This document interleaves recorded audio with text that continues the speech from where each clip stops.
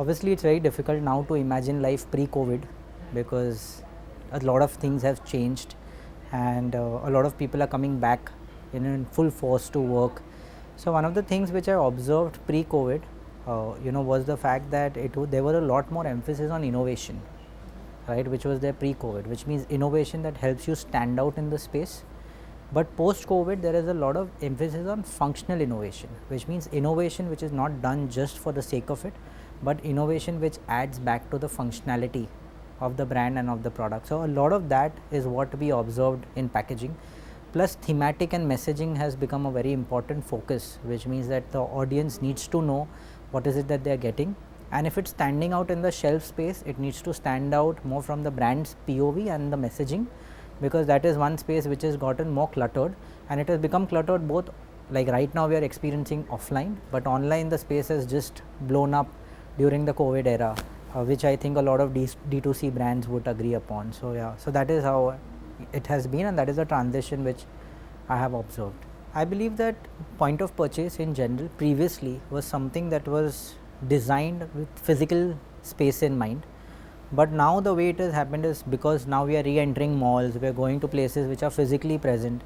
I think now point of purchase has been designed keeping two things in mind. One is it that how is it is looking in the e-commerce section, or how is it that it is in the e-tail vis-a-vis how is it in the real space.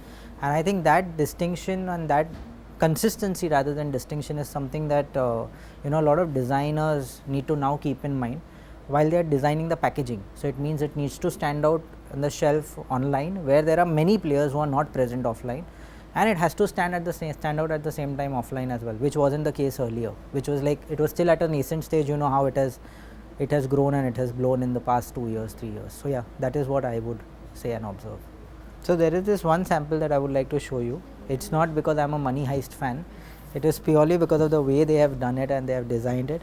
This is from NYX Professional Makeup, and if you look at it, they have given the theme of Money Heist, and I think they partnered with them, and as soon as you open it, there is a safe feeling. This is a safe that they have designed, and as soon as you unlock it, there is the entire product showcase that happens. And I found this very cool because it has messaging right at the center. The theme of the show is taken into consideration, and as soon as you open, you get that feel. If you're a fan of the show and if you've watched the show, you would know what this implies immediately. So I think that is one thing they have done very well.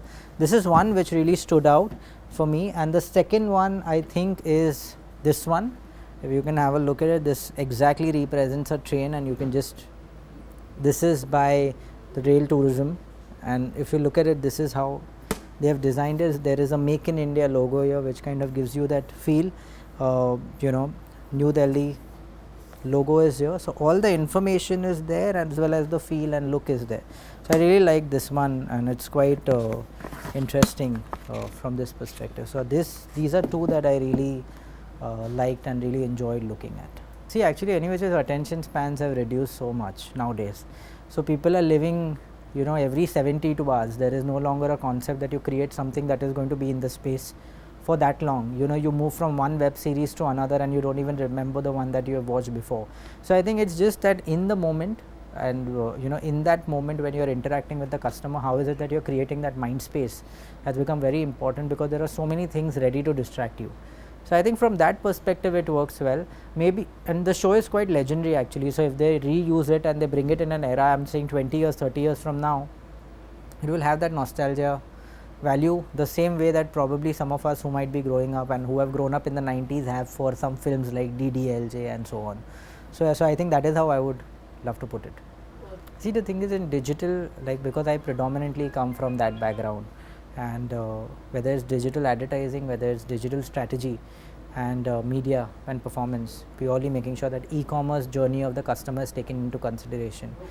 I personally look at things which really stand out from a design standpoint as well as messaging standpoint, because that is crucial. Ultimately, a brand that is there, it needs to convey it to you in a glance what is it trying to tell you, because there is so much of clutter everywhere, whether it is on the shelf or whether it is on your feed.